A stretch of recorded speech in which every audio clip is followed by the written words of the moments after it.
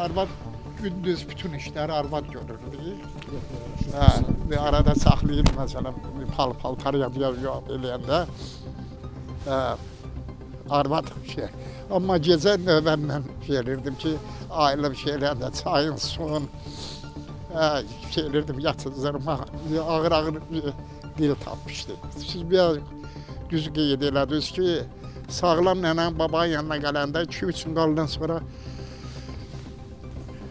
görürsən ki, baba nənə nadayır elə. Allah elə bizə güc qüvvət vermişdi ki, biz o nətər Allah ruhunu şad eləsin. Saat yatırdınız.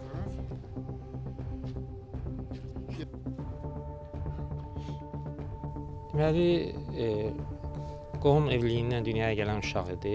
Serebral iflic xəstəliyindən dünyaya gəlmiş birinci qrup 50 idi. Valideynləri, babası, nənəsi onu bu vaxta qədər yaşamağında necə deyirlər, kömək olublar da. Əziyyətdən yorulmayıblar, əziyyətini çəkiblər.